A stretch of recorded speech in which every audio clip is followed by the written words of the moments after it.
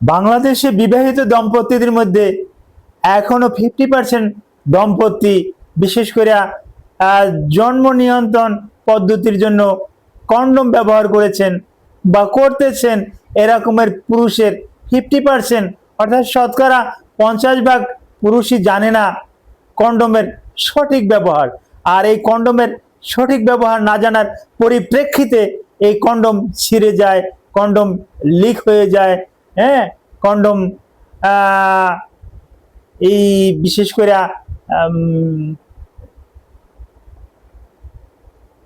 এটাকে কি কি বলবো, বীর্যপাত হওয়ার আগেই কন্ডমটা বাহির হয়ে যায়। এরকমের অনেক অভিযোগ আসে। কেউ কেউ বলে, স্যার কন্ডম তো ছিঁড়ে যায়, কি করব? একটু হাসার মতন কথা, আমাকেও হাসায় অনেকে, স্যার কন্ডম ছিঁড়ে যায়, যে আরে কি করব, ওই উপরের দিকটা নিচের দিকে নেমে যায়, তো স্যার ওই কস টেপ, ব্লাড টেপ, লাল টেপ এগুলো দিয়ে একটু আটকাই রাখি। দেখেন মানুষ কতটা বোকার সাথে বোকার স্বর্গে বাস করে। কন্ডমের সঠিক ব্যবহার নিয়ে আমি গুরুত্বপূর্ণ আলোচনা করব। আপনাদের সকলের উদ্দেশ্যে বলছি, এই ভিডিওটা মিস করবেন না। মিস করলে কন্ডমের ব্যবহার সম্পর্কে আপনি জানতে পারবেন না। আজকে যেটা জানাবো এটা সম্পূর্ণ বিজ্ঞানসম্মত জানানো, কারণ এ বিষয়ে স্কুল কলেজে শিক্ষা দেওয়া হয় না। আসসালামু আলাইকুম রহমতুল্লাহি ওয়া বারাকাতুহু। আমি ডাক্তার মীর শহীদুল ইসলাম। আমার চেম্বার শুভেচ্ছা 255, ঐতিহ্যবাহী শেখ গার্ড সিলেট। গুগলে ডাক্তার মীর শহীদুল ইসলাম কথাটি লিখে সার্চ দিলে আপনি আমার সম্পর্কে বিস্তারিত তথ্য পেয়ে যাবেন। দর্শক শ্রোতা, আলোচনা করব কন্ডমের সঠিক ব্যবহার। কারণ এখনো শতকরা 50% বিবাহিত পুরুষ জানে না কিভাবে কন্ডম ব্যবহার করতে হবে, যার পরিপ্রেক্ষিতে অনেক বিপদ হচ্ছে। যে না, কন্ডম ভালো না, কন্ডম ব্যবহার করেছি কিন্তু তারপরেও তো কনসেপ্ট করছে না। কন্ডম 99% নিরাপদ দেয়। সুতরাং এটা লিকেজ হওয়ারও কথা না, এটা ফেটে যাওয়ারও কথা না। সুতরাং আপনি যদি ভুলভাল ইউজ করেন তাহলে তো সমস্যা আছেই। আপনাদের দেখানোর জন্য আমি একটা কন্ডম নিয়ে এসেছি। প্রথমে আপনি যখন কন্ডমটা কিনবেন, কন্ডমের ডেটটা দেখে নেবেন। এই কন্ডম আমি নিয়ে আসছি, আর এই কন্ডমের গায়ে কিন্তু এই ডেট দেওয়া আছে। এই রকমের ভালো মানের একটা কন্ডম কিনবেন। হ্যাঁ, আর এই ডেটটা দেখে নেবেন, হ্যাঁ, যে ডেটটা আছে কিনা, কারণ এটা একটা সেন্সিটিভ জায়গায় ব্যবহার করবেন। সুতরাং নর্মাল একটা কন্ডম কেন কিনবেন, একটু দাম দিয়ে একটু ভালো মানেরটা আপনি কিনে নেবেন। আচ্ছা, এই কন্ডমটা দেখেন এই গোলাকার ভাবে থাকে। এখন হ্যাঁ, অনেকে আছে এভাবে দাঁত দিয়ে কামড়াইয়ে ছিঁড়ে, দাঁত দিয়ে কামড়াইয়ে ছিঁড়তে দিয়ে কন্ডমটাকেই ফুটা করে ফেলে। আবার অনেক আছে এই মাঝখান দৃষ্টি টান দেয়, এরকমের টান দিয়ে ছিঁড়ে কন্ডমটা ছিঁড়ে যায়। না, এরকমের করা যাবে না। কন্ডমটা কি করতে হবে আমি আপনাদের দেখাচ্ছি। এভাবে আস্তে আস্তে করে নিচের দিকে নামাতে হবে। নিচের দিকে নামিয়ে তারপরে সে হাত দিয়ে এভাবে চিপে ধরবেন। এরপরে এটা একটা কেঞ্চি দিয়ে কাটবেন। আমি এই কেঞ্চি দিয়ে কাটলাম, এই কেঞ্চি দিয়ে কাটতেছি।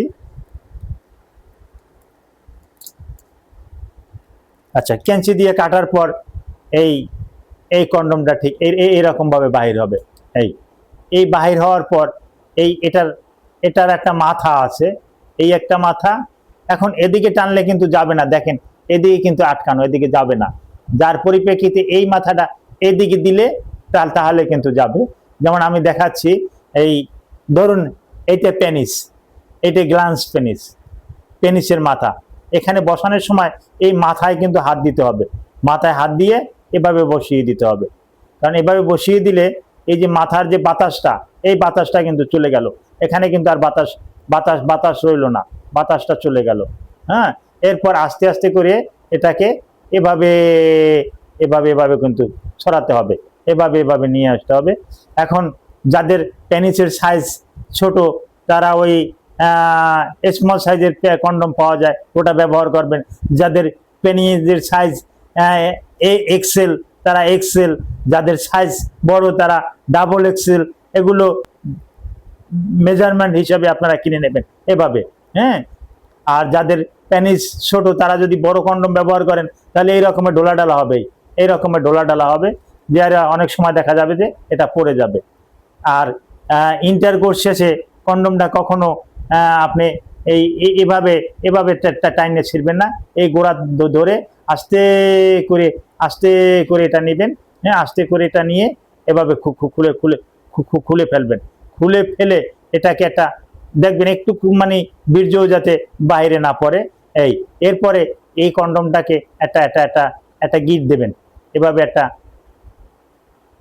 এই আমি যে রকমের দেখাচ্ছি ঠিক হুবহু এরকমের একটা গিটটা দেবেন। এই গিটটা দিলাম। এই গিটটা দেওয়ার পর হ্যাঁ, বীর্যটা এখানে আছে জমা। এখন এই গিট্টু দেওয়ার পর এই কন্ডমটা কোথায় ফেলবেন? অবশ্যই ডাস্টবিনে ফেলবেন, অবশ্যই আপনার ময়লার ঝুড়িতে ফেলবেন। ভুল করে ওটা কমোডে ফেলবেন না, ভুল করে ওটাও প্যানে ফেলবেন না, যেখানে আপনি পায়খানা পেশাব করেন সেখানে ফেলবেন না। এটা অবশ্যই ডাস্টবিনে ফেলে দিবেন। কাগজে পেঁচাই যদি ফেলে দিতে পারেন তাহলে এটা আরো নিরাপদ। কন্ডোমের ব্যবহার সম্পর্কে যদি আপনার আরো কিছু জানার ইচ্ছে থাকে ভিডিওর কমেন্ট বক্সে কমেন্ট করবেন, জানিয়ে দেব। Thank you all.